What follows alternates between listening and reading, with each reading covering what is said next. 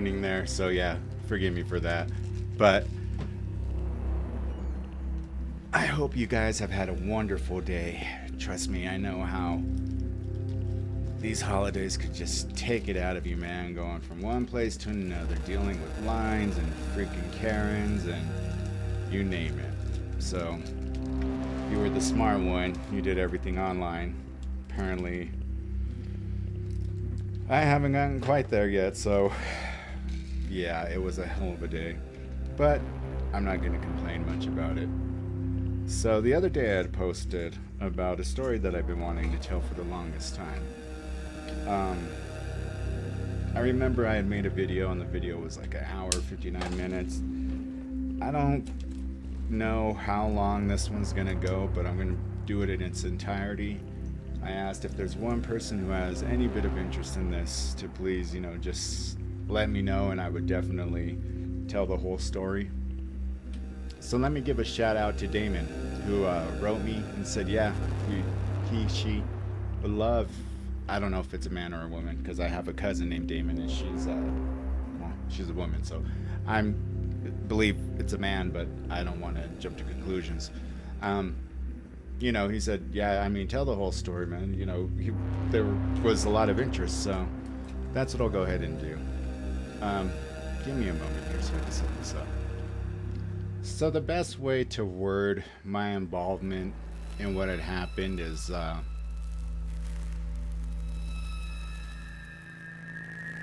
maybe a witness, um, a coward,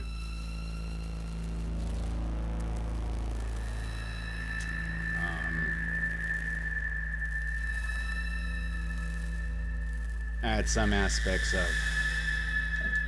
helping, but not the way I thought I would if I was ever caught up in a position like that.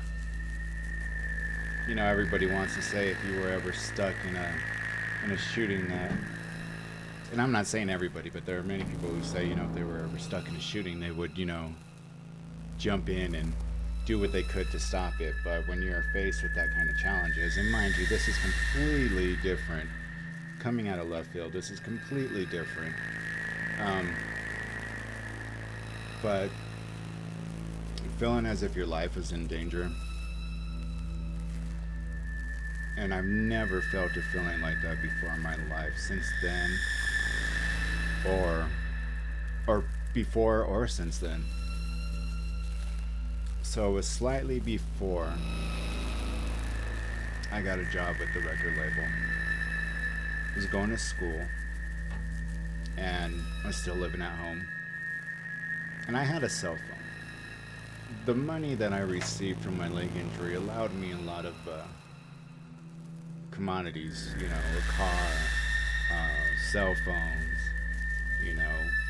whatever I almost wanted, I had because I had the money from a lawsuit.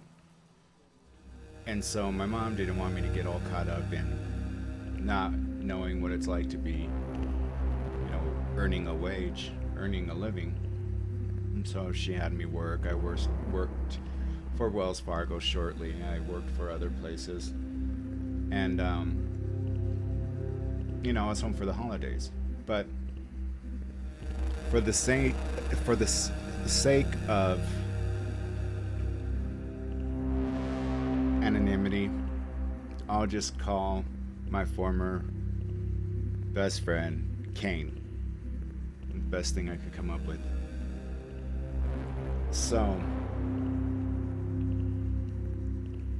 he used to describe to me, well, first off, let me mention this.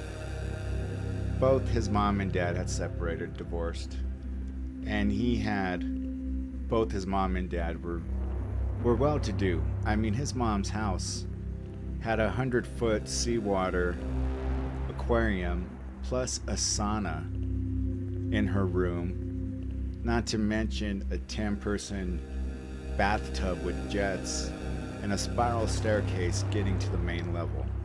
I mean, incredible. She had a greenhouse the size of most people's houses, and right in the middle, I'll never forget it the first time I had seen it, was a Ouija board. I don't want this to sound cliche because you know what? I do not know personally if a Ouija board opens up portals to being attacked by the demonic or not.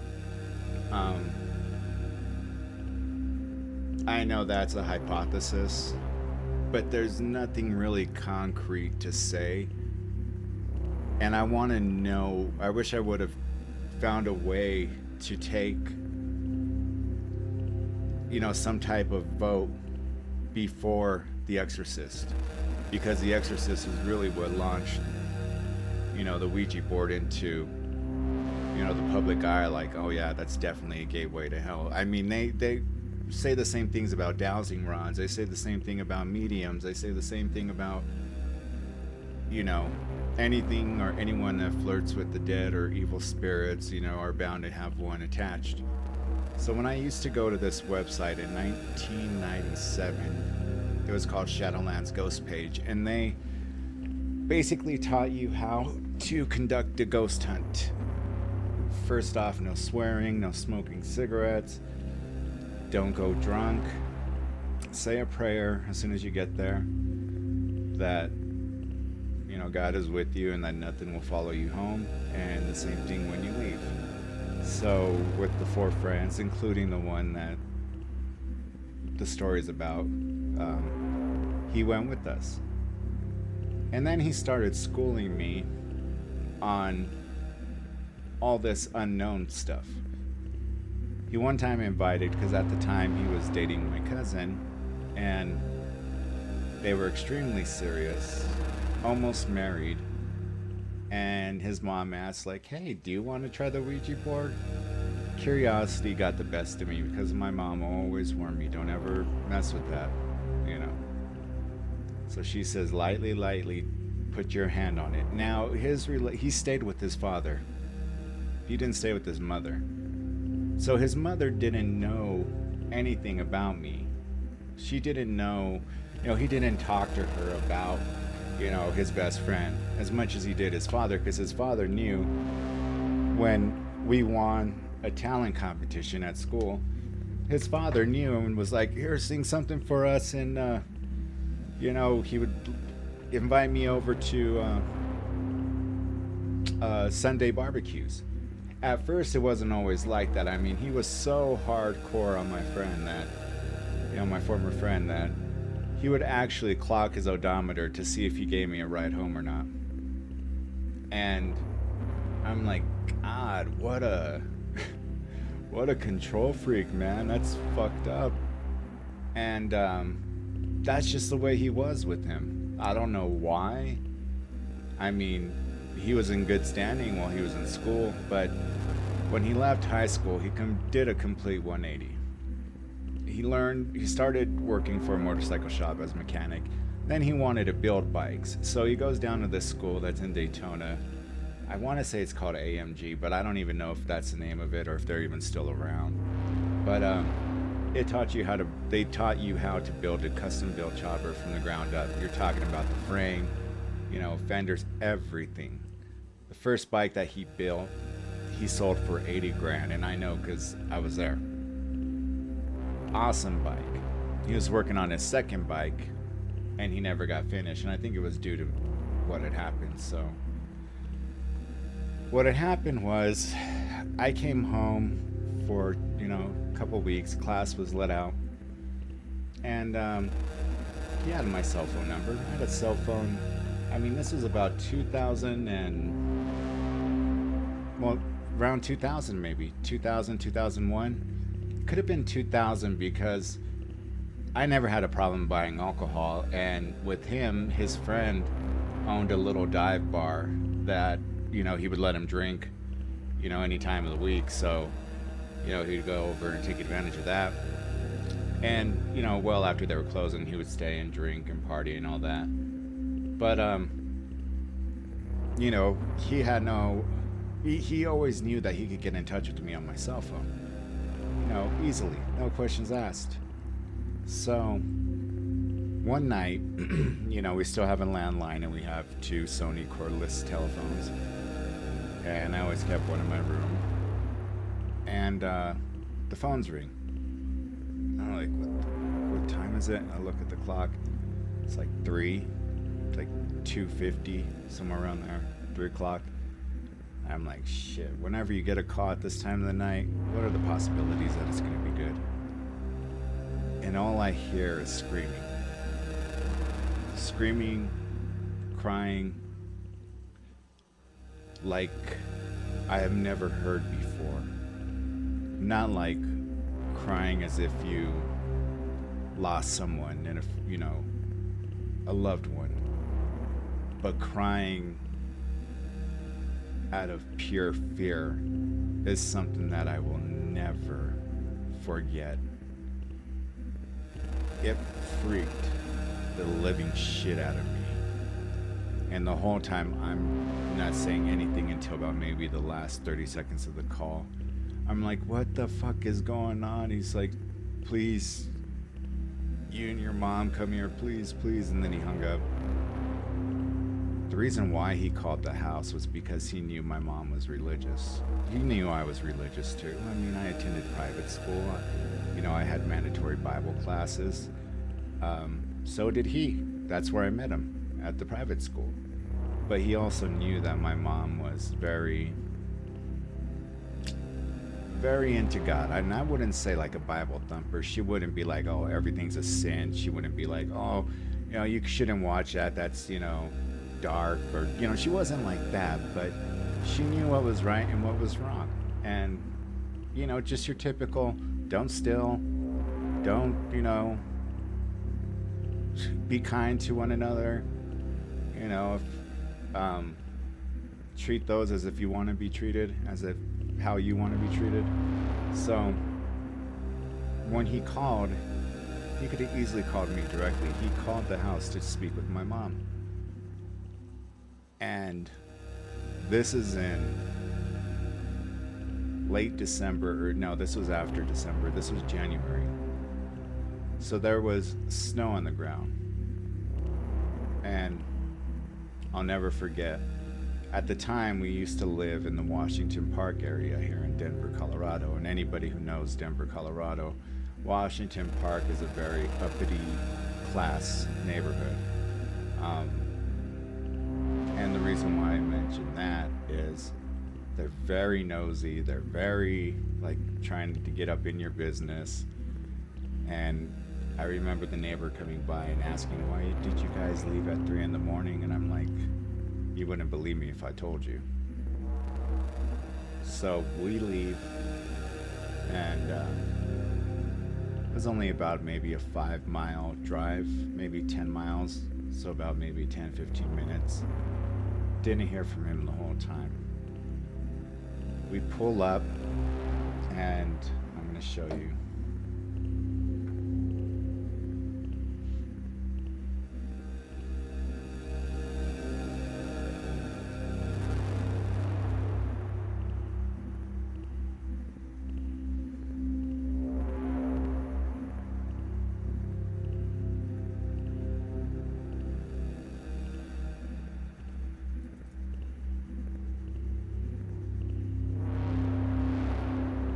So this is the front of the house.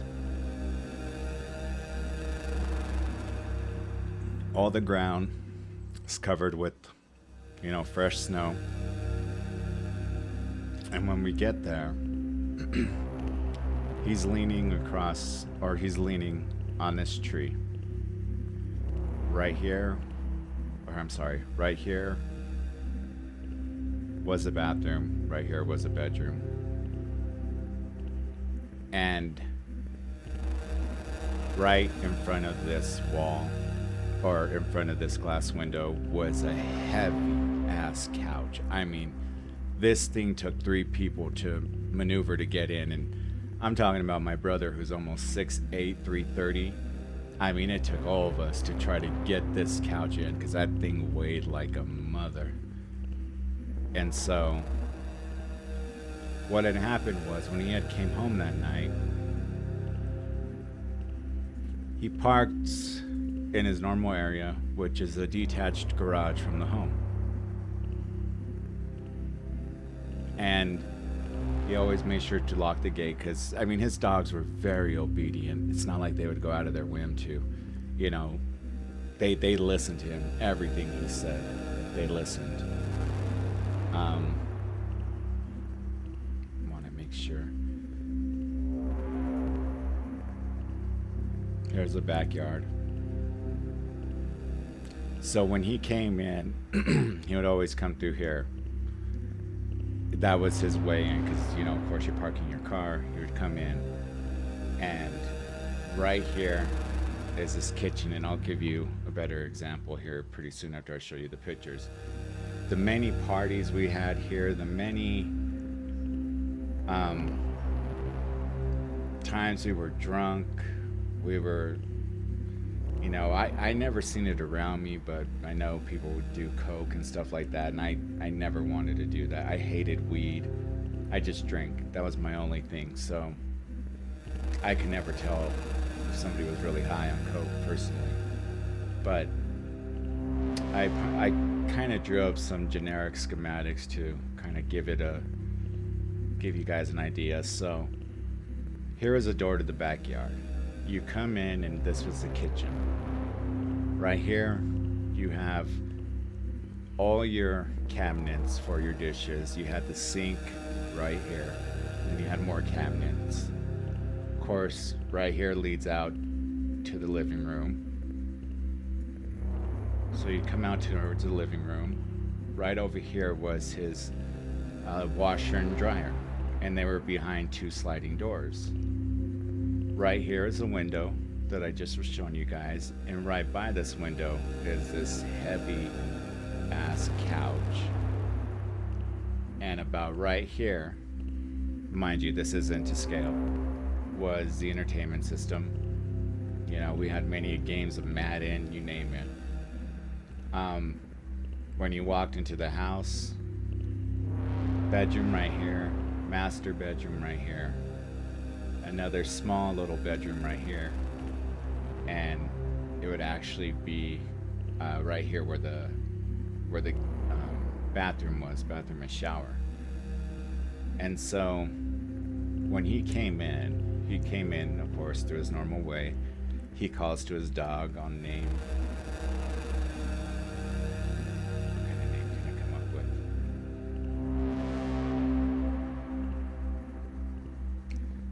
I'll just say his dog.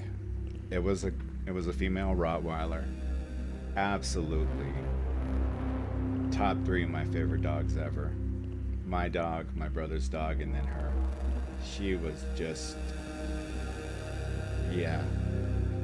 You know, out of all the visitors he would get, they would always, you know, click their alarms, and she never moved a muscle. But when she heard my alarm, she would jump up right away and was just happy that I was there, because I was always there. We were always partying. We were always drinking.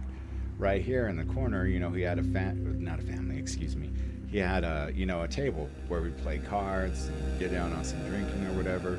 Or we'd go on the backyard porch, which, you know, would encompass this length, and just be drinking, lighting fireworks. We had many firework wars where we're launching bottle rockets at one another.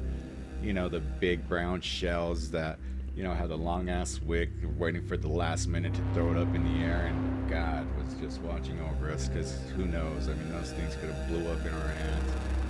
Anyways, nonetheless, that's kind of like a generic schematics of the inside of the house. So, he comes walking in, and, you know, he's buzzed.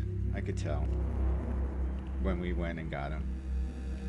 Said he went straight to his restroom, and he, you know, propped the door open for the dog to go use the restroom, which she always did. And she was also, you know, since she was just messing around in the snow or whatever, and he's in the bathroom, you know, he's like, just taking a piss. He's like, I took off my shirt, I kicked off my boots, and said all of a sudden, started smelling something real weird that he couldn't explain. And let me mention, by this point, I had taken him to church where he accepted Christ as his Lord and Savior. But I didn't go over too much about his mom's influence in this. So, when I first tried the Ouija board with her, mind you, I tried it 2 more times afterwards.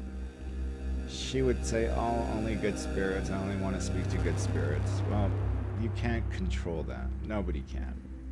So, my cousin was there, and she grew up just as religious as I did. And she's like, "Nope, nope, I'm not gonna do that." So I was like, "I'll give it a try." And you barely touch that planchette. And I mean, she was asking questions like, "Are you a good spirit?" Or go to yes, you know. She would just ask, you know, a plethora of different questions. And then it started where she's like, does Francisco have a crush on somebody in school? And it said yes. You know, what's her name? And she happened to be the runner-up to Miss Teen Colorado, and her name was Anna, but it's spelled out A-N-N, Ann. Close enough. And then it started swearing. I kid you not, I have nothing to gain from telling this story, but it started to spell out like fucking Mexican and some other derogatory terms. And right there she would end it. Then we would try it again, and she'd call for good spirits. It'd come back, it would be nice for a little while, and half an hour later it'd go back to doing the same thing, so she would always say goodbye. For the duration that he lived with his mom, which I never asked him how long he lived with his mom before he moved in with his dad. But you know, he said he had seen shit in the house constantly. His mom was married to a Latin man from, not from Mexico, but, you know, from other parts. And he was wealthy enough to open up his own resort right off the beach. And she was, God, I hate to say this about her because she never did me wrong, but she was really a gold digger. And her husband would often find all these, you know, old school knickknacks, going to either you know, vintage shops, or if he had heard, you know, there's an abandoned school that they're wanting to get rid of some of the stuff in there to redo, you know, whatever, he would go and he would pick up all this stuff. And Kane said it wasn't until he brought home this wind-up record player, but instead of it having a horn or something that on the side, it'd be the record player on top, and then the middle would have like slits, and that's where the sound came out of. And then of course the rest was the bass of the player. And he said it wasn't until he brought that home that he started experiencing shit. And so I'm like, dude, you never told me this out of the many times I told you how interested I am in this. He's like, well, this will pique your interest even more. He's like, you know, he's like, there would be times I'd be laying on the couch and I could hear a child giggling, you know, from my room. He's like, I saw, you know, little fingers grasp around the door and look out, look at me, and then just laugh and go jumping on the bed. He's like, I never knew what to make of it. He was like, the only thing that ever scared me, he's like, one time he went downstairs to do some laundry at his mom's house, and there was what he could describe period clothing of a teacher that it recognized his presence. Now you have 3 types of hauntings: residual, which is almost like a tape player playing over, and the energy there keeps it playing over and over again, no matter what time of day or night, it will keep on going over and over. It can be documented. Then you have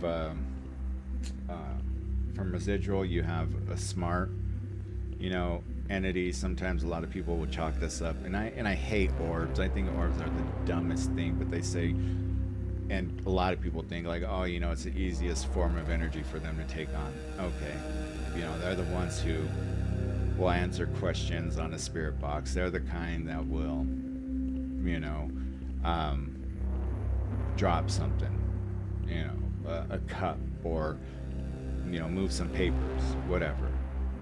And then you have your poltergeists, which are benevolent, which are um, will scratch you, will pull your hair, will tug on your clothing. And he said it wasn't until after that he saw this teacher that he started feeling, unsafe. I don't know how much of that had played into the fact that he moved to his father's house. But once he moved back, to his father's house, he never really dealt with that shit before. But he said for many years he played the Ouija board with his mom. And again, I wish I could have known or done a survey or know of a survey to ask how many people believe the Ouija board was a gateway to opening up, something for evil spirits to, congregate with the living. And The Exorcist is what really made people say, oh yeah, the Ouija board is this, the Ouija board is that. Now having tried it 3 times, I was convinced like this is no good.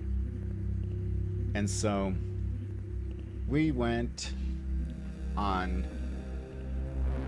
while I'm, this was 1998, this didn't happen until 2 years later. There was a website called Shadowlands Ghost Page, and it was one of the very first websites about ghosts and all that, and it showed some of the,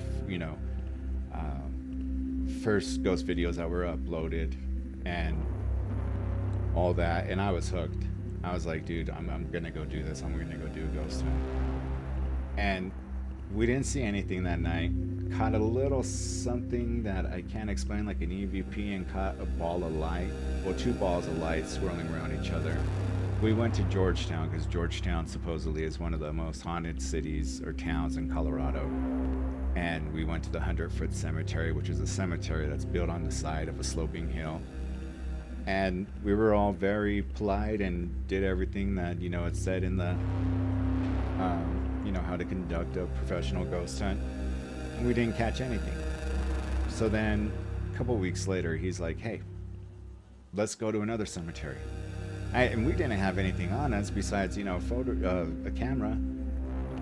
I'm like, he's like, dude, if we park right here, it's a big ass park, and then just walk around. And, this was before this incident had happened. He's like, it's, they won't think none the wiser. He's like, it's just like if we were walking around the lake, but where it was is when you turned around the corner, there was a cemetery and then just a regular fence. And so I'm the one that starts to bitch out because now we're at a modern day cemetery, and I don't know why that had more of a scary effect on me than this 100-foot cemetery when some of these gravestones are in the 1800s, as opposed to these. And so I just remember like saying nah, and the reason why was as we turned around the corner, he didn't experience it, but I did. It's July. All right, and again, this is a couple years before what happened to him happened. I'm wearing cargo shorts, and all of a sudden my breath, you could see my breath, and I'm like, that is not fucking right. And I knew exactly what it was. It's what a lot of people postulate, that it's a sign of spirits nearby, or a spirit. Any cold spots or change in temperature dramatically signals, yeah, there's something, here. And that scared the living shit out of me. So right then and there, I became what he called me, a little bitch, which was fine. I was like, nope, I am not going in there. He's like, well, give me the fucking camera, I'll go. And I just remember every time he took a picture, the flash, you're almost in pitch black, and just illuminating the trees and everything around it. And it looks so freaky. And then I hear him yell. And I'm like, what's wrong? What's wrong? He's like, dude, I almost fell in a fresh dug grave. And I was like, why are you yelling like that, man? You scared the shit out of me. Let's go. He's like, all right. So we leave. And nothing came out of the pictures. Never caught anything. So we gave it a rest. I gave it a rest. And for good measure, just because, I'm always was very open with my mom, and I was telling her, everything about this, and she's like, you need to stop that until until something bad happens. You're going to regret it if you keep on doing this. But as a young man, never listened. Let me pause it right quick. Gonna get a quick drink of water. Alright, I'm back. Okay, so a year removed after trying the Ouija board with his mother, going through and following through with these ghost hunts and everything, like my life kind of took like a stall, like very bad, where I had like no ambition to do shit.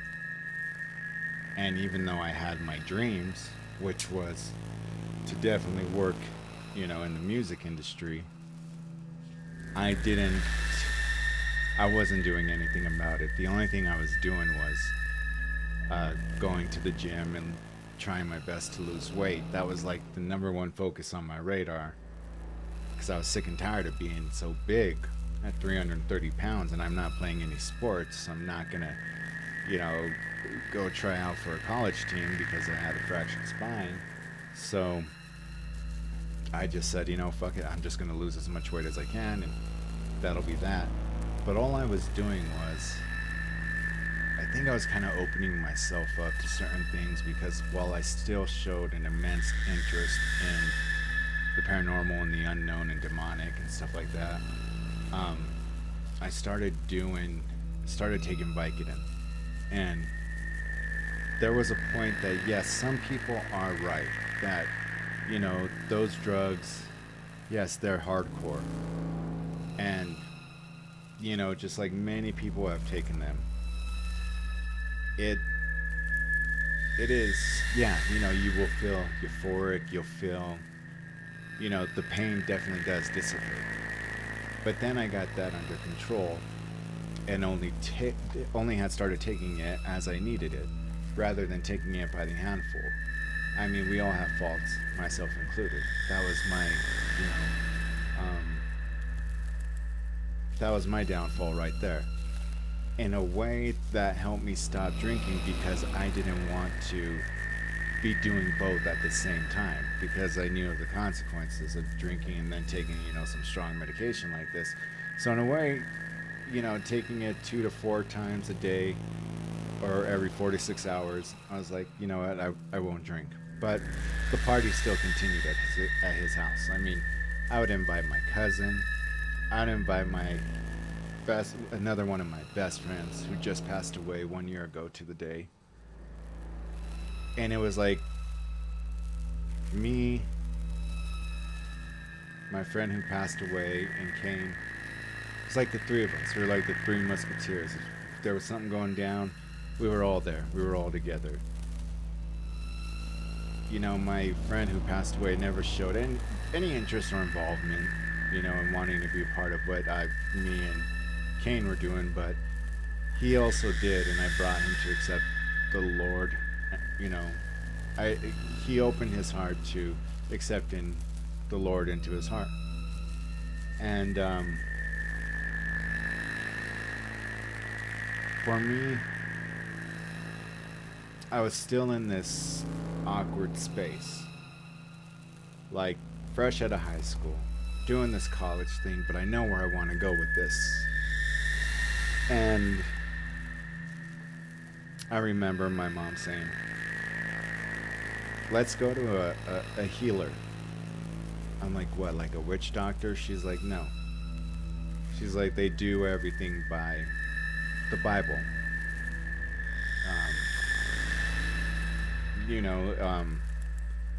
They don't do it by any black magic or whatever. It's all done through the Bible. Now, when it comes down to Spanish, I could understand it to a degree. I could pick 1 or 2 words that I know for a fact and get the gist of what somebody is saying. If I don't pick up any words in what somebody's saying, then I'm completely lost. So we go see this lady because I was really like just in a bad spot.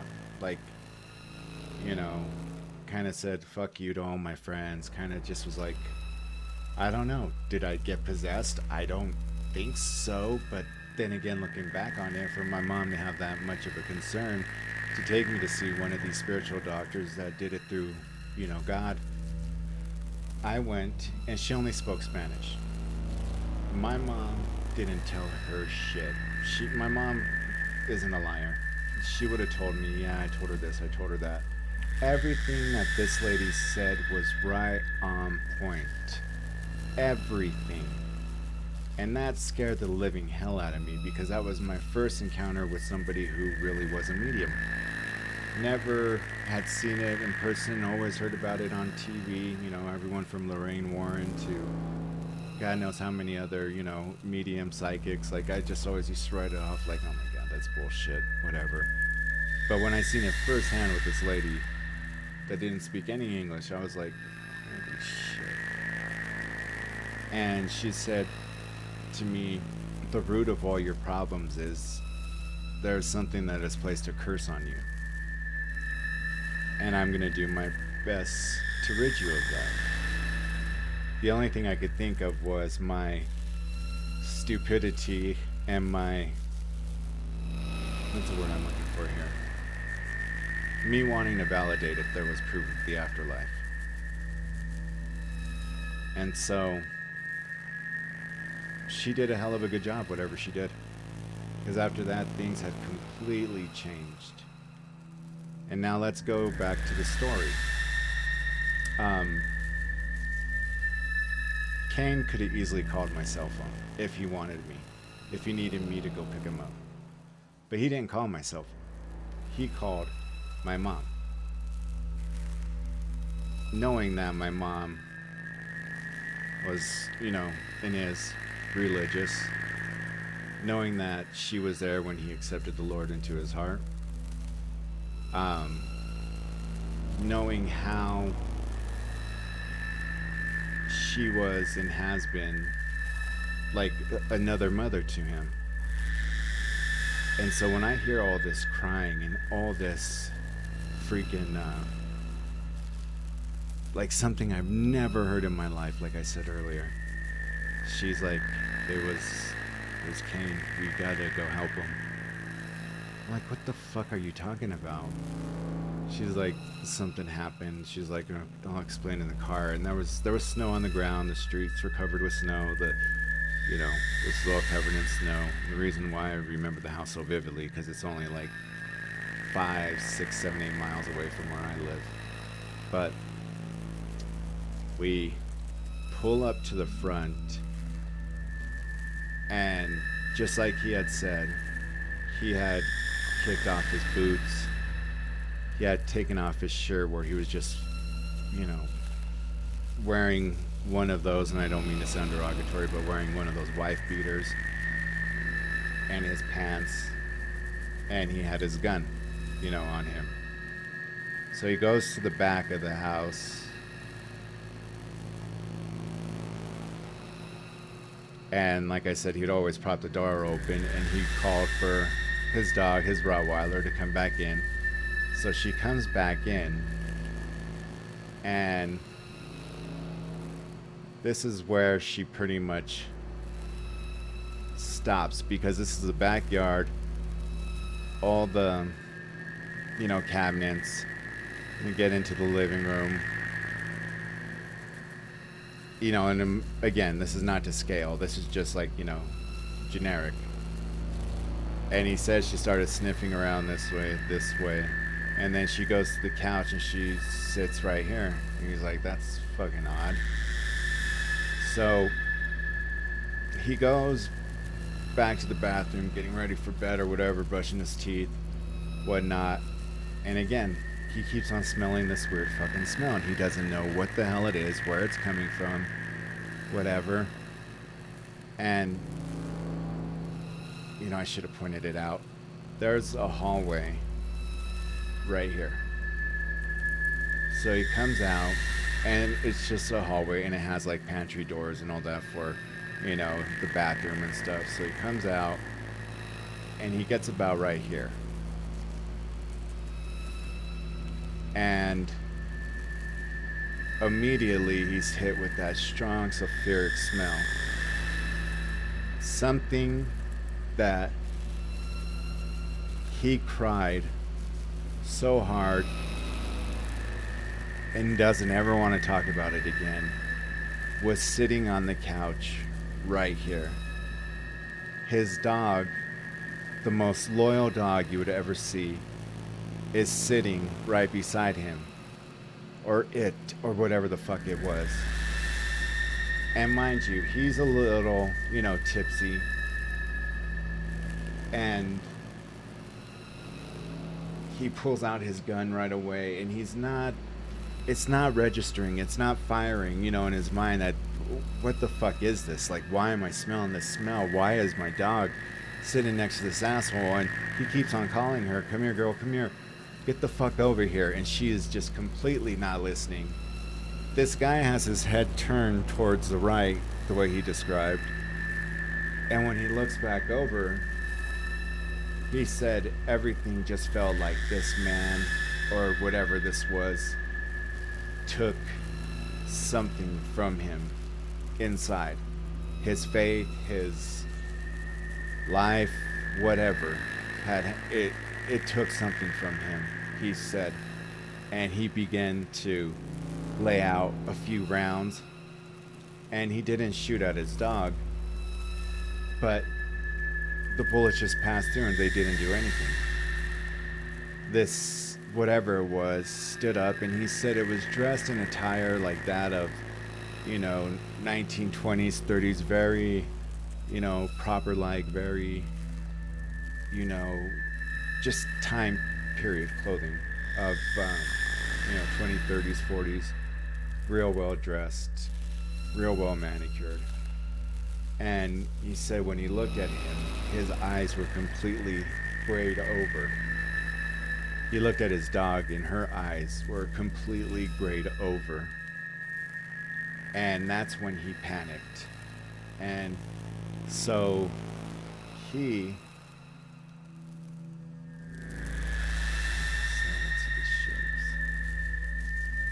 He takes a direct approach to the front door, and immediately this big ass heavy effing couch moved and blocked his way to getting out. So he then takes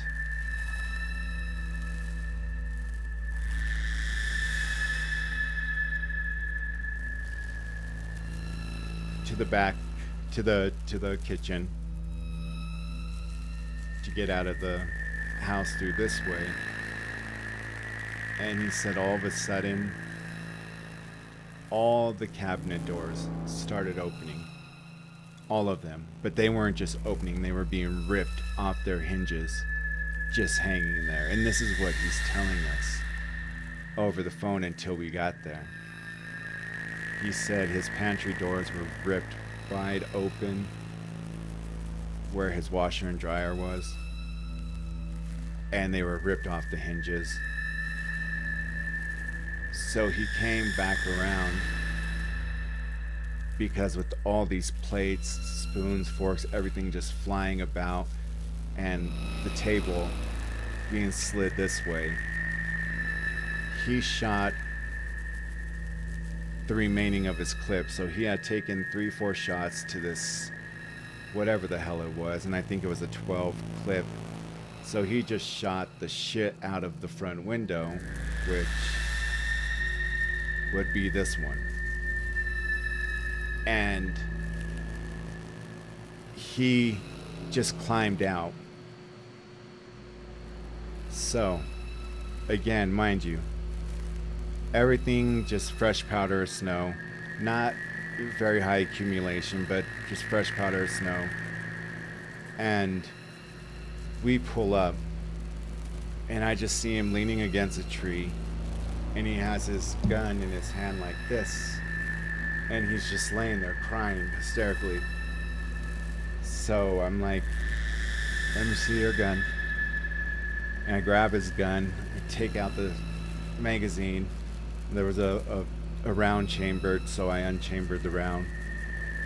And he got in the car and he's shaking because when he came out, he was wearing a wife beater, jeans, no shoes. His socks had huge holes in them. So it's like he had sat there for like 10 minutes while we were making our way there as fast as we could. And just crying with his gun in his hand. And so we pull up, and that's when I got out of the car, grabbed his gun and all that, bring him in the car.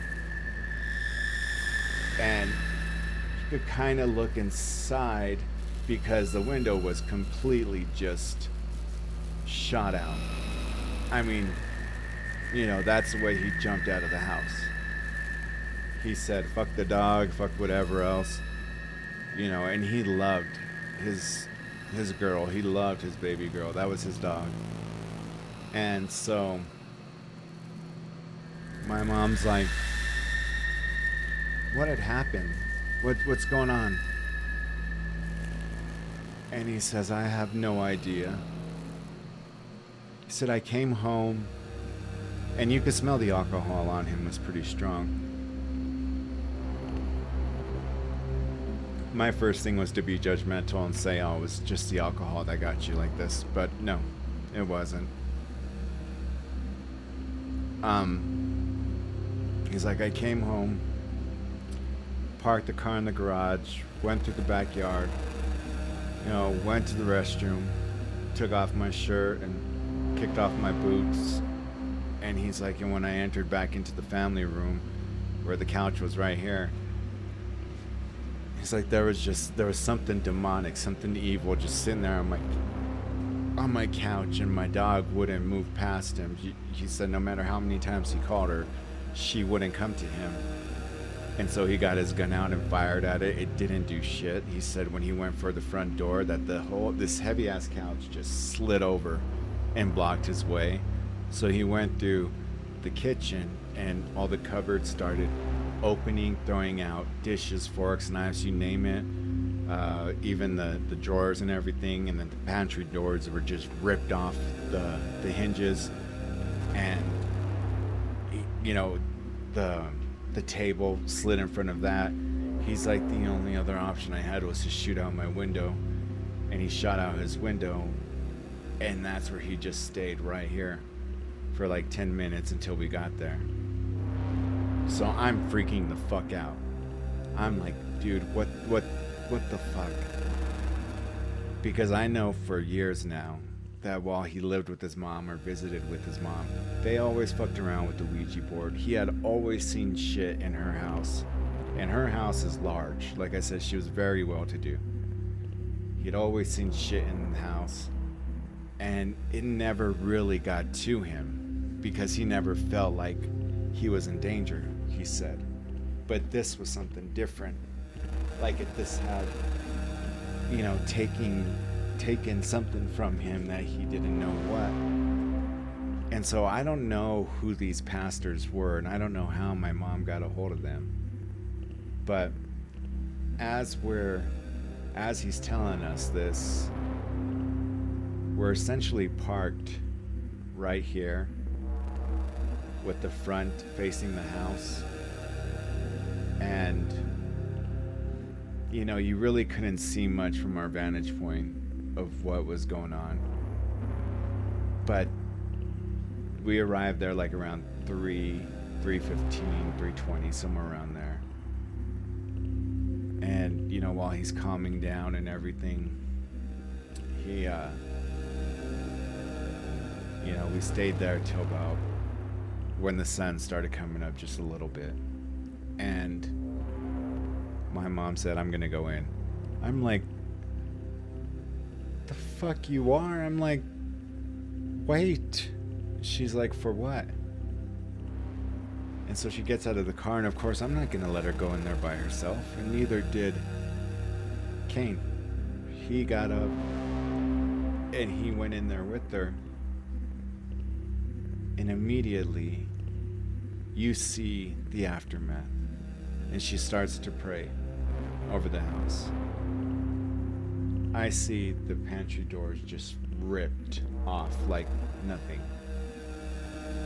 You know, when we were opening the door, the table was blocking it and it was sliding out of our way. Every single cupboard was ripped from the hinges. Dishes, broken glass everywhere. Really, I thought, okay, maybe something happened, he was pissed, and he did this, you know, to himself. Like, you know, he was drunk, came home and just was angry about something, you know, and just fucked up his house and, you know, made this elaborate story up. But what really did it was he called his dog, and she got up and she came to him right away. But what we recognized was all the way from the kitchen, all throughout the house to right here, she had vomited up to 8 different times. Now, I don't know personally of a way you can make a dog vomit, but she sure as hell vomited that many times. And that's where I knew right away, like, this wasn't bullshit. This was something that was definitely real. And so my mom goes throughout the house praying over the house, that, you know, your typical prayer for those of you who believe that God protects the home, that his guardian angels watch over, you know, my friend, former friend, and everything else. So at about 7:30, 8 o'clock, these 2 pastors come to the house, and they see the carnage and the aftermath, because we didn't pick up anything. You know, I told him, go get your shoes on, man. Go get a warm, you know, get warm, put on, you know, some clothes or something. And I gave him back his gun. And, you know, he kept it with him because he was scared shitless. And so these pastors are going throughout the house praying. And they were actually the ones who pointed out, you know, is that dog vomit? Or is that, what the hell is that? Did you vomit? He's like, no. He's like, I never vomited. He's like, I smelled the strong smell of what I could only describe as like being sulfur. He's like, but no, it didn't make me puke. And, you know, she had vomited all throughout the house that many times. This person, this man, whatever the fuck it was gone. And he told the pastors, when I looked into its eyes, it like took something from me that I can't describe. And even though I accepted the Lord, you know, into my heart to be my Lord and Savior, he's like, there was just something that it took from me, and I don't know what.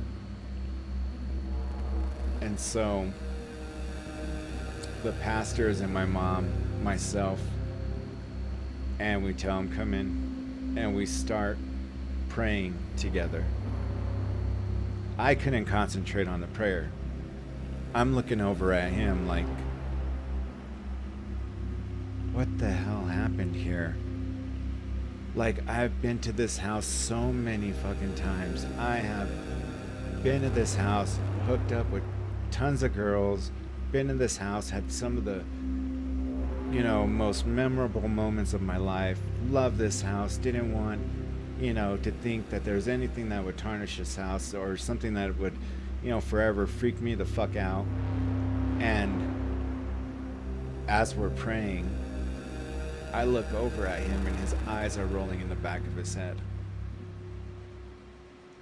And I'm like, and I like, you know, since I'm holding his hand, I'm like, you know, I'm shaking him. I'm like, what's wrong, man? What's wrong?" And starts to kind of convulse a little bit, and then he just fell to the ground. And no matter, how strong I was or whatever, I couldn't catch him enough to not let him fall to the ground. And immediately he started like frothing from the mouth. And so we called the ambulance, and the ambulance came, and they had no idea what's going on. They had noticed the broken window, and they're like, "Do you need emergency services here?" And he wasn't communicating. And I said, "No, we're just gonna patch up the window." And the paramedics weren't having it. Like, they wanted to bring in somebody, but we all kept on validating, like, no, we don't need, emergency services here. Just, we're worried about him, because I seen his eyes roll back in the back of his head. And, for him convulsing and then frothing in the mouth and something like that, that was abnormal. I have never seen him do that. And I can't describe it, but it kind of looked like his face almost melted in a way, or like if it was cracking open. Like, I can't describe it. Like, it just, honestly, looking at it, it just seemed to be opening up. Like, you could almost see through it, but not quite. And I'm shaking my head. I'm like, the fuck am I looking at here? And it freaked the living shit out of me. And so they take him down to the hospital. I call his dad, call his mom. I don't even think they cared. I don't even think that they went to the hospital to see him. The most fucked up thing happened to him. They found out that he needed to have, and mind you, we're 2021. This was 6 months before I got into the music industry. And him and I are the same age, just 7 days apart, or 6 days apart on our birthdays.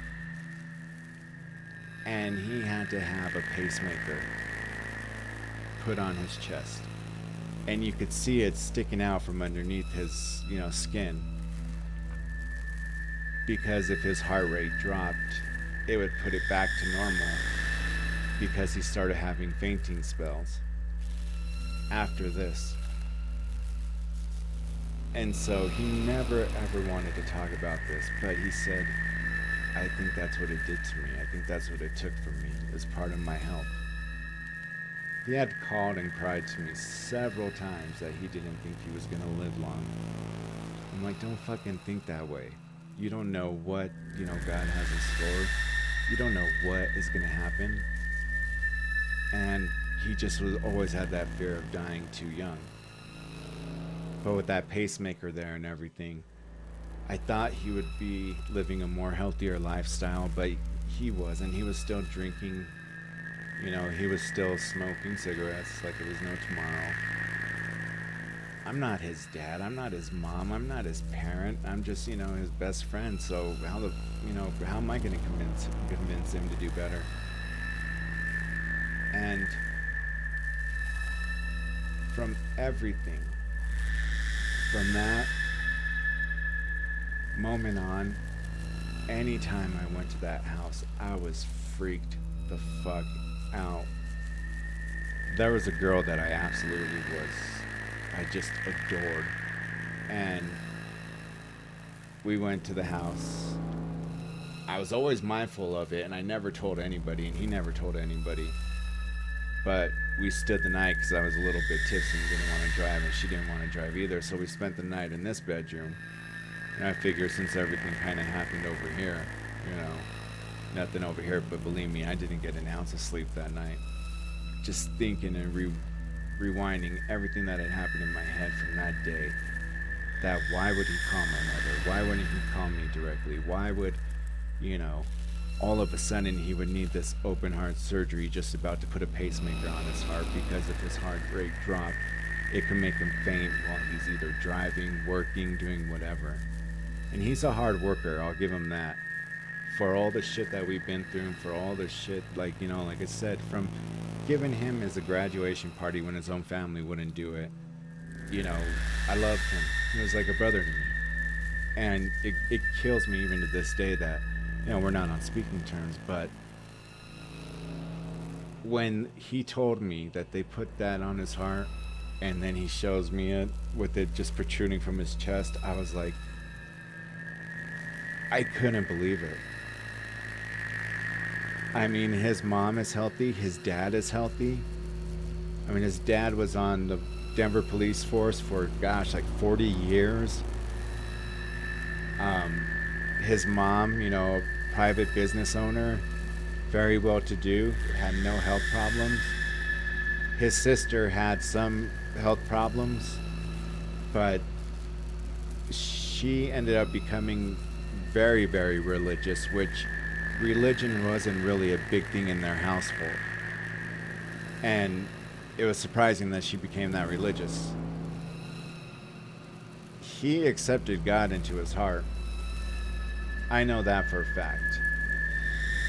But I had to preach to him a couple of times because he thought, you know, accepting God into your heart is like a genie in a bottle. You know, you pray for what you want and the Lord's going to bless you. And I said, no, it doesn't work like that. You know, first thing you do is ask the Lord to protect you and those that you love and care for. You know, if there's anything that's hanging above your head that you feel like you need to get rid of, you know, pray that God will help you and help you see the error of your ways. And when I had went to that witch doctor, she said, you haven't prayed about your problems. And she's like, I'm going to do that. And like I said, this almost coincided with one another. Could that have been me? Absolutely. But I lived in this house where, you know, it was very well known of how religious we were. You know, and I'm not talking about, again, I'm not talking about the type like, oh, rated R movie, can't watch that. Oh, you can't watch this because they cuss. Oh, you can't watch that because it has nudity. No, not to that degree, but enough to say, you know what, yeah, of course I believe in God. Of course I believe in heaven. Of course I believe, you know, that there's a higher power. And I thought this higher power would definitely help him, but when he got to the hospital and told us that, I mean, he was in there for quite a while, and we would go visit him and pray with him and everything. And I remember my mom calling one of those maid services that came in and cleaned up the, you know, all the glass and everything from the kitchen, everything, and told his landlord that I don't know what happened. I lied to him. I said, I don't know what happened if somebody broke in and was looking for something, but they had, you know, ripped off, you know, all these cabinet doors and everything. And he asked why he wasn't calling. I said, he's in the hospital right now. And I told him what was happening. He's like, holy shit. He's like, yeah, I'll have them fixed. So he had them fixed pretty soon. And so when he came home, you know, the glass to the, you know, the window was fixed. You know, the cabinet and where his washer and dryer, you know, it was fixed. I mean, there was nothing that happened beyond this point. It was just all from here. And seeing his face contort in a way that I cannot explain scared the living shit out of me, because this is while we're praying with these two pastors that I've never met before. And we're not burning sage. We're not going around the house doing something like that. My mom went around that house just praying that God put protection over that house and that no harm would come.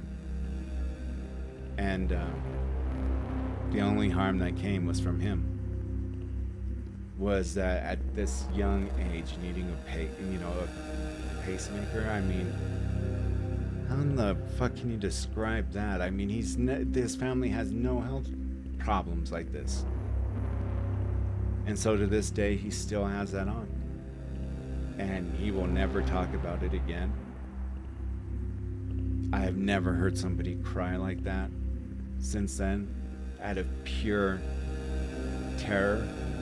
It's one thing to hear when somebody cries and sobs over, a broken up relationship or somebody dying, but this was like a terror that was unlike any other type of cry that I've ever heard, that just chilled me to the core.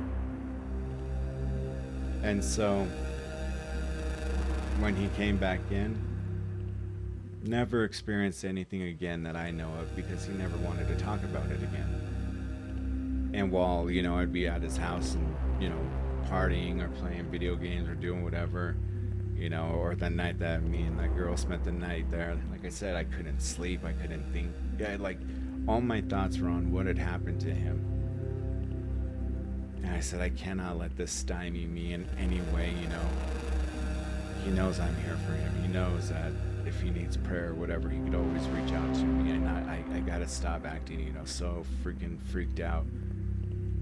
But just, again, his face contorting, the smell of sulfur, this entity looking at him like he took something from him, which he now believes he took a part of his health, that he needs a pacemaker on his heart by the age of 21.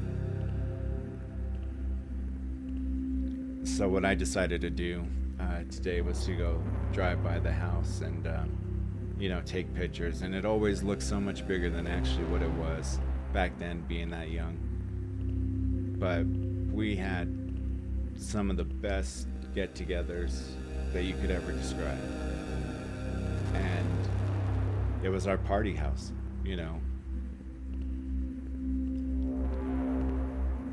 Whatever had happened to him to that night, or whatever he bore witness to, I always truly believe that it started with his mom and playing that fucking Ouija board. Like I said, I don't know the statistics, and it would be great to know, but I mean, so many people can't be so wrong when they say, a Ouija board is a way to truly bring in demonic presence. Just like dowsing rods, or even trying to search for spirits. And so that brings me to the conclusion of the story that forever changed my life. And believe me, it shook the core of my family, because again, he was with my cousin at the time, and my whole family was just shocked and stunned when we told him the aftermath in the house, and his face distorting real weird, and just a strong smell of like sulfur, and him having to be rushed into surgery because of his heart. And it was just something that I can't explain to this day. And it just shook me to the core, where I said, I never want to go ghost hunting again. I never want to find something that can follow me home or whatever. I never want to experience anything. So I just said, fuck this. I'm not going to do this ever again. And I haven't since then. Even though I have, a fascination about it, and wonder, what is, the afterlife? What is waiting for us there? None of us know until we get there. But I'll tell you one thing, this just shook him, my mother, myself, extremely to the core. The pastors, they saw his face contort the way it did. Almost, like I said, ripping, looking like it was ripping everywhere. But when the paramedics got there, there wasn't anything there. They didn't have to patch up his face or anything. And so after that, if something else happened, he refused to talk about it with us. and he just carried on like nothing ever happened after that night. But believe me, the parties became less and less on my end. You know, all that was going on there to me was another opportunity for whatever got to him that night to come back. Even though we prayed over that house. And like I said, I have nothing to gain from telling this story. This was the most fucked up thing that has ever happened to me. And of course, I'm not gonna let my mom go there by herself. You know, for him to have his gun out the way he did, you know, he was very responsible. He wasn't just gonna be having his gun out, you know, laying against his tree. You know, so while I take it from him and unchamber that round, I'm like, what the hell's going on? And when he starts telling me, like, my blood was running cold, I was like, there's no way in hell. But that's a story in its entirety. Um, Thank you, Damon, for showing interest in this. I truly appreciate it. Whoever, you know, decides to watch it and listen to it, there's no bullshit in this. There isn't anything. Like I said, I have nothing to gain from telling this story. The only thing I'm doing is telling you guys the honest to God's truth of what we seen that night. And it's unlike anything I've ever seen since then. I mean, I have no idea how you make a dog puke 7, 8 times around the house. So, anyways, guys, I hope you found this story, and if you're planning on for the first time conducting some of these paranormal, you know, investigations, really think long and hard before you just throw yourself into it, because you have no idea what you're fucking with. And when something like this happened, this wasn't a shadow person. This wasn't, you know, a residual haunting. This was beyond a poltergeist. This was a bona fide demon that attacked him the way it did. May not have laid eyes on him, or excuse me, may not have laid his hands on him, but just the very look of it alone, and look what happens to him, you know, during his health. So, just heed those, you know, words of advice. Yes, I'm curious. I've always have been curious, and if you guys are curious, I don't blame you, but definitely think twice before you just go out there and do something. So, again, thank you for showing some interest, and I will be back again uploading some more. So until then, peace.